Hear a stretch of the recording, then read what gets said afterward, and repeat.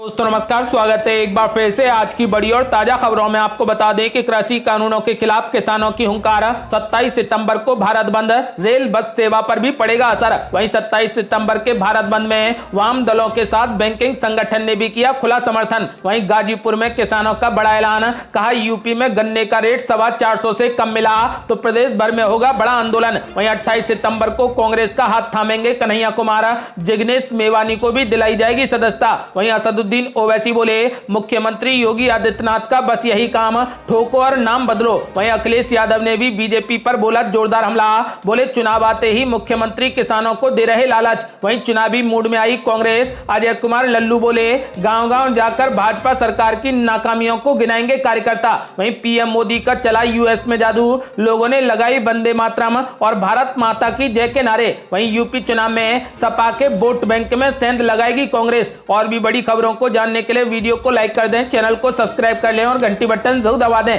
वहीं पहली बड़ी खबर है, कृषि कानूनों के खिलाफ किसानों की हुंकार। 27 सितंबर को भारत बंद का ऐलान, रेल बस सेवा पर पड़ेगा असर। यहां आपको बता दें कि मोदी सरकार के नए कृषि कानूनों के विरोध में किसानों को दिल्ली समेत पूरे देश में करीब 10 माह से धरना प्रदर्शन जारी है। आगामी 27 सितंबर को इस आंदोलन के 10 महीने पूरे हो जाएंगे।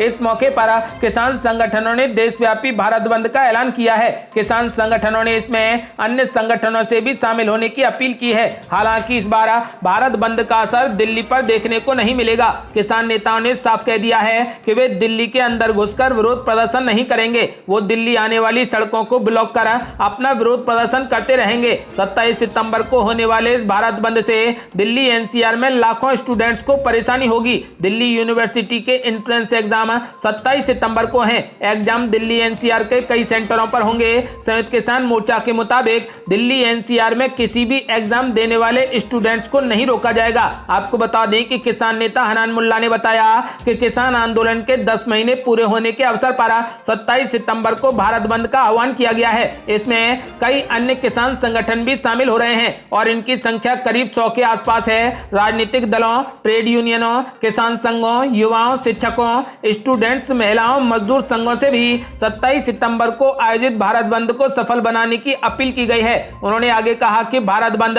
स्वैच्छिक और शांतिपूर्ण तरीके से लागू किया जाएगा। भारत बंद सुबह 6 बजे से शाम 4 बजे तक के लिए बुलाया गया है। इस दौरान अस्पताल, मेडिकल स्टोर, राहत एवं बचाव कार्य सहित सभी आवश्यक सेवाओं को बंद से छूट रहेगी। लेकिन किसान संगठनों द्वारा रेल बस सेवा के अलावा बाजार, दुकानों, ऑफिस को भी बंद करवाया जाएगा। संयुक्त किसान मोर्चा ने हालांकि राजनीतिक दलों से भी समर्थन मांगा है। आपको बता दें कि आम आदमी पार्टी ने इस भारत बंद को खुला समर्थन दिया है। यदि आप भी इस भारत बंद को खुला समर्थन देते हैं तो इस वीडियो को लाइक कर अपनी राय हमें कमेंट बॉक्स में जरूर दें। और बड़ी खबर, गाजीपुर में किसान नेताओं का बड़ा ऐलान, कहा यूपी में गन्ने का रेट 450 रुपए से कम मिला तो प्रदेश भर में होगा बड़ा आंदोलन। यह आपको बता दें कि 3 कृषि कानूनों के खिलाफ 10 महीने से दिल्ली के बॉर्डर पर बैठे किसानों ने यूपी में गन्ने के दाम की अपनी मांग को फिर से दोहरा दिया। भारतीय किसान यूनियन के राष्ट्रीय प्रवक्ता राकेश टिकैत ने शनिवार को कहा कि यूपी में किसानों को गन्ने का रेट 450 रुपए क्विंटल से 1 पाई भी कम मंजूर नहीं होगा।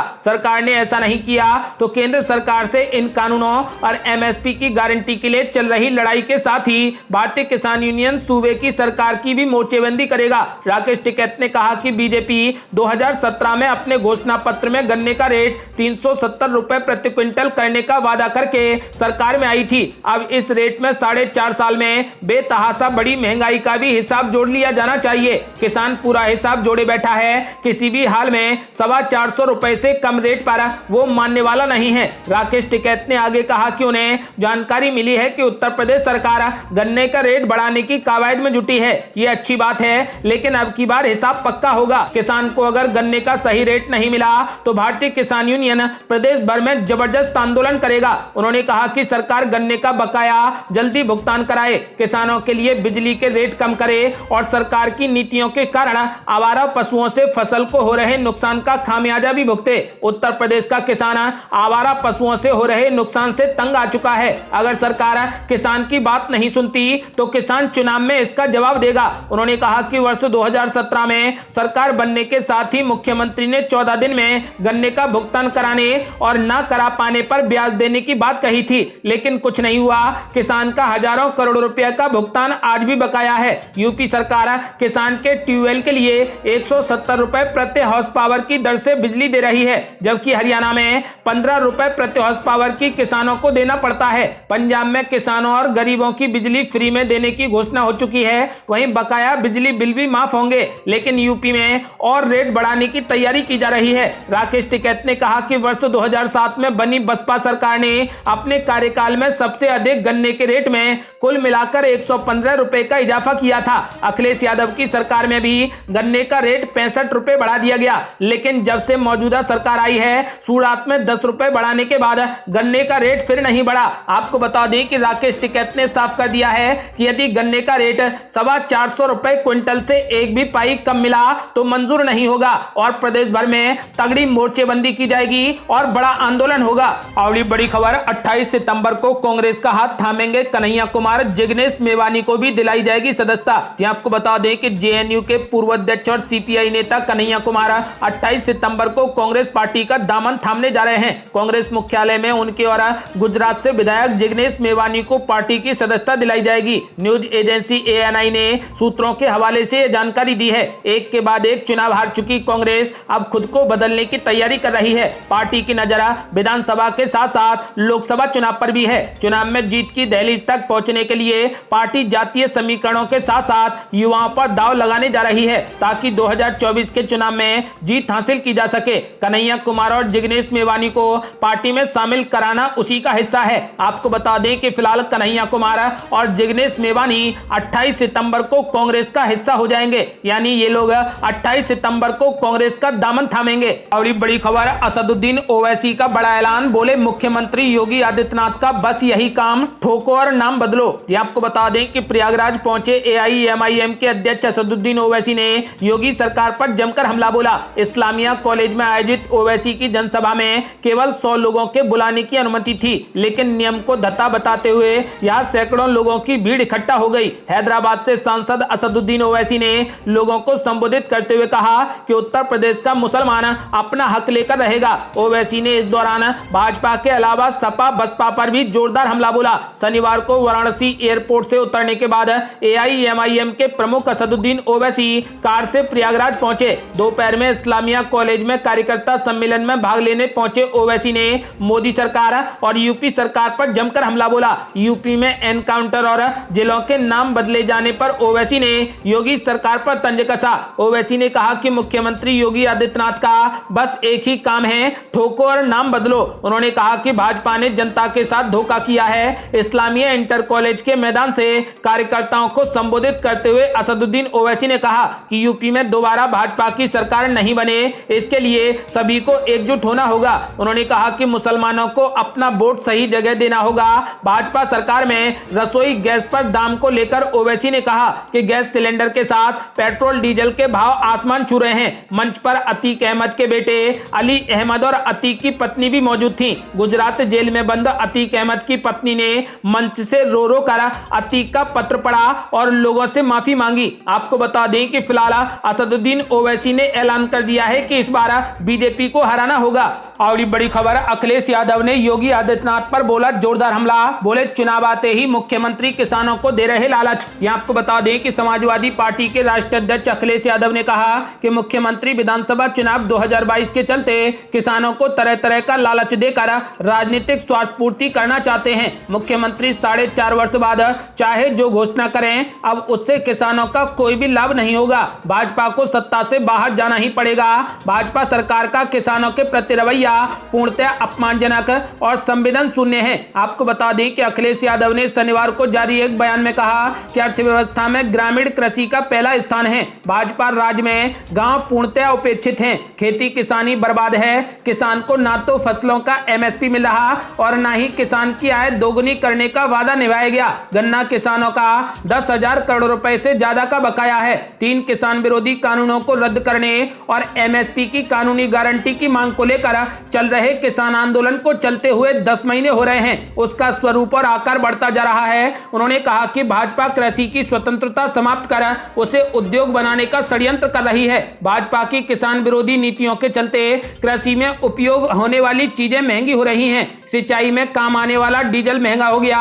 किसानों की बर्बादी की ये पूरी पटकथा लिखकर भाजपा ने जता दिया है कि वो किसानों को पूरे तरीके से बर्बाद करके ही दम लेगी। उन्होंने कहा कि किसान आज बुरे तरीके से आक्रोशित है। वो भाजपा सरकार में शोषण और काले कानूनों का शिकार है। भाजपा सरकार उसकी उचित मांगे मानने को भी तैयार नहीं है। अब किसान ऐसी अमानवीय सरकार से निजात पाने को तत्पर हैं। समाजवादी सरकार में ही किसानों के साथ न्याय होगा। आपको बता दें कि अखिलेश यादव पहले ही ऐलान कर चुके हैं कि इस बार समाजवादी पार्टी यूपी में 400 से ज्यादा सीटें जीतेगी। और बड़ी खबर, चुनावी मूड में आई कांग्रेस। अजय कुमार लल्लू का बड़ा ऐलान। बोले गांव-गांव जाकर भाजपा सरकार की नाकामियों को गिनाएंगे कार्यकर्ता। ये आपको बता दें कि फिलहाल कांग्रेस प्रदेश अध्यक्ष अजय कुमार लल्लू ने कहा कि भाजपा की सरकार में भ्रष्टाचार चरम पर है। जो भी इसका विरोध करता है उस पर सरकार केस दर्ज करा देती है। 2 दिवसीय पूर्वांचल दौरे पर जिले में पहुंचे कांग्रेस प्रदेश अध्यक्ष अजय कुमार लल्लू ने कहा कि कांग्रेस पार्टी अब पूरे तरीके से चुनावी मोड में आ गई है।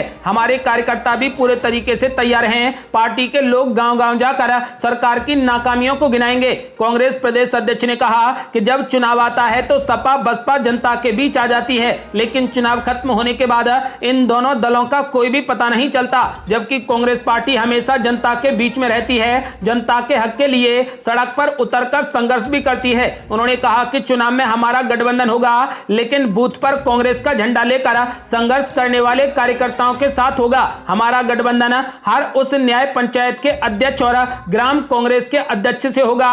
गांव की गरीब जनता, मजदूर, किसान के साथ होगा। उन्होंने कहा कि 9 अक्टूबर को अखिल भारतीय कांग्रेस की राष्ट्रीय महासचिव प्रियंका गांधी की रैली है। आपको बता दें कि कांग्रेस प्रदेश अध्यक्ष अजय कुमार लल्लू ने कहा कि पार्टी का शीर्ष नेतृत्व जल्द ही सभा, जनसभा और रैलियां करेंगे। कांग्रेस पार्टी आज सबके दिल और दिमाग में बैठी है और 2022 में प्रदेश में सरकार बनाने जा रही है। उन्होंने कुछ ब्राह्मणों के पार्टी छोड़ने पर कहा कि ऐसा कुछ भी नहीं है। हमारे आसपास खड़े ब्राह्मण लोग आज भी पार्टी में हैं। ऐसे लोग जिनका स्वार्थ सिद्ध नहीं हुआ, वही लोग ही पार्टी से अलग हो रहे हैं। कांग्रेस पार्टी सभी वर्गों और धर्मों की पार्टी है। हम मिलकर काम करते हैं। आपको बता दें कि फिलहाल प्रदेश अध्यक्ष अजय कुमार लल्लू ने ऐलान कर दिया है कि इस बार उत्तर प्रदेश में कांग्रेस पार्टी की सरकार बनेगी। आपका क्या मानना है? क्या कांग्रेस इस बार यूपी में सरकार बनाने में कामयाब होगी? अपनी राय हमें वीडियो लाइक कर कमेंट बॉक्स में जरूर दें। और ये बड़ी खबर, पीएम मोदी का चला यूएस में जादू। लोगों ने लगाए वंदे मातरम और भारत माता की जय के नारे। ये आपको बता दें कि प्रधानमंत्री नरेंद्र मोदी अपने 3 दिवसीय दौरे पर अमेरिका में हैं। इस दौरान पीएम मोदी ने वहां के राष्ट्रपति जो बाइडेन, उपराष्ट्रपति कमला हैरिस समेत कई नेताओं से मुलाकात की।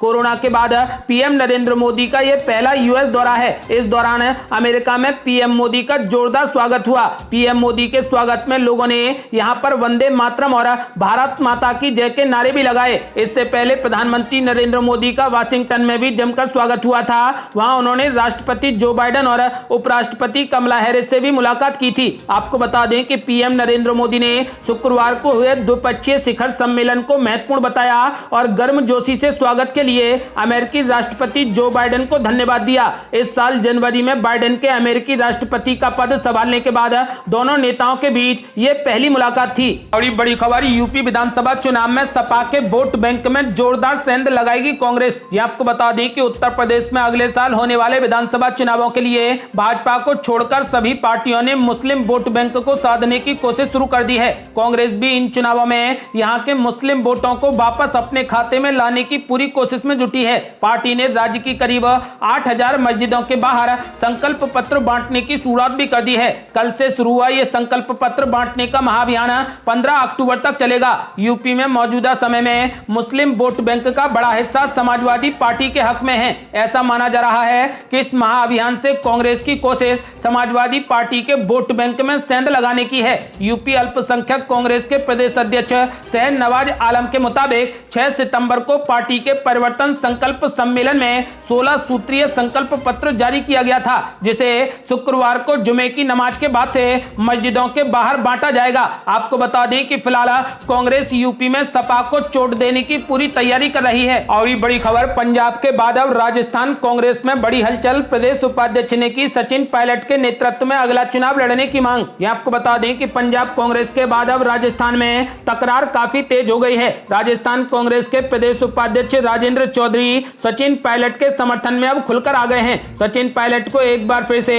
प्रदेश की कमान सौंपने की मांग उठने लगी है। पिछले साल भी राजस्थान में अशोक गहलोत वर्सेस सचिन पायलट खेमेबाजी देखने को मिली थी, जिसे कांग्रेस ने किसी तरीके से शांत किया था। लेकिन एक बार फिर से सचिन पायलट के समर्थन में बयानों के जहाज उड़ने लगे हैं। प्रदेश उपाध्यक्ष राजेंद्र चौधरी ने कांग्रेस आला कमान से सचिन पायलट को प्रदेश की कमान सौंपने की बात कही है। चौधरी ने कहा कि राजस्थान में अगला विधानसभा चुनाव सचिन पायलट की अगुवाई में होना चाहिए। राजेंद्र चौधरी ने कहा कि अशोक गहलोत अपना काम कर चुके हैं, अब उन्हें युवा नेतृत्व का मार्गदर्शन करना चाहिए। राजस्थान का जनमानस अब युवा नेतृत्व को चाहता है। आपको बता दें कि जानकारों की माने तो राजस्थान में एक बार फिर से उठ रही इस मांग के पीछे सोची समझी रणनीति है। दरअसल अभी श्राद्ध पक्ष चल रहा है और माना जा रहा है कि जैसे ही श्राद्ध पक्ष खत्म होगा वैसे ही बदलाव होगा, लेकिन बदलाव कैसा होगा इसे लेकर अभी भी संशय बना हुआ है। इस बीच कल सचिन पायलट की राहुल गांधी और प्रियंका गांधी के साथ भी मुलाकात हुई।